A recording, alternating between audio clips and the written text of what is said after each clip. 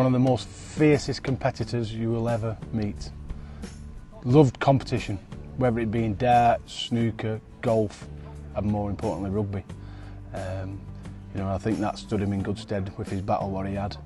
But one of the most loyal friends you could ever meet as well. You know, he took himself very seriously, but once you got underneath that tough exterior, absolute diamond of a fella. Even if you played once against him or you played 5-6 times against him, you never forgot Steve Prescott. You know, he was a lovely fella. He would play as tough as teak during the game, but then he'd be the first to shake your hand and wish you well after the game. And you know, that's just a mark of a fella, absolute beauty of a bloke. We're a recruitment agency that specialises in construction and rail. So you do anything really, from general labouring up to project manager, that type of thing, anything in the construction and rail. It's a great feeling because you know you're doing your little bit to help, and it's a great trip as well. So and yeah, proud to have my name and the company name associated with it. Adrian Marley's a good friend of mine, and I know he's always been involved in sort of Prescott Foundation rugby and charities in general. He just invited me on a do one day, and ever since then I've just got involved and, you know, done a couple of challenges with him. And yeah, and next challenge is the golf day.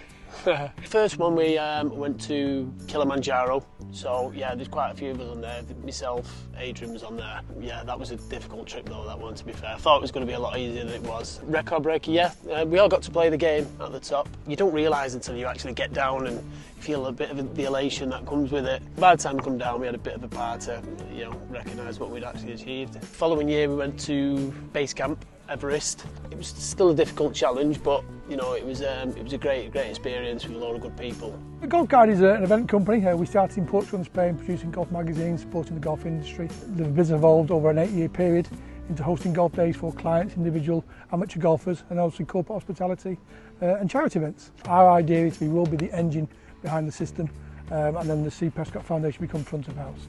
So all the mechanics behind the golf day, from administration to the golf to the support and the networks, that's what we take care of. The charity can then just be front of house and front up the charity golf day. It's just a perfect location for golfers. It's based around Vilamoura Marina, so we have lots of bars and restaurants for entertainment, obviously people to follow through after the golf, but as a hospitality host venue, it's a perfect venue for the golfers. There are 2 golf courses that we'll be using, Millennium and Laguna, are very different in personalities, very different, but they're more golf-friendly tracks. They share a clubhouse, so obviously for a shotgun start, it's a perfect location for 100 plus golfers, obviously, to have a start point and a finish point.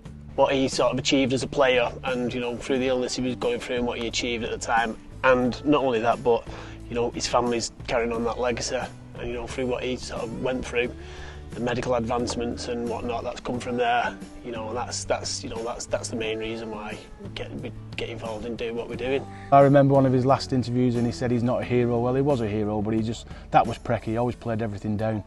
But I think he'd be more importantly pleased with how the lads have turned out. You know, the challenges that they've took on board, like, you know, the marathon running that Taylor did, and now Corby's going to do, I think he's going to do the Everest challenge as well. So I think he'd be more proud of what they're doing rather than his legacy, you know, because he's raised 2 absolute diamonds, and you know, that speaks volumes for Lindsay as well, the way she's carried on the foundation. Not everyone can do marathons and swim the Humber or climb Everest or Kilimanjaro, you know, but a lot of players go out there and play golf, and I think it's a great way for these to feel a part of the foundation and raise a little bit of money as well and get to meet great people and have a good laugh at the same time.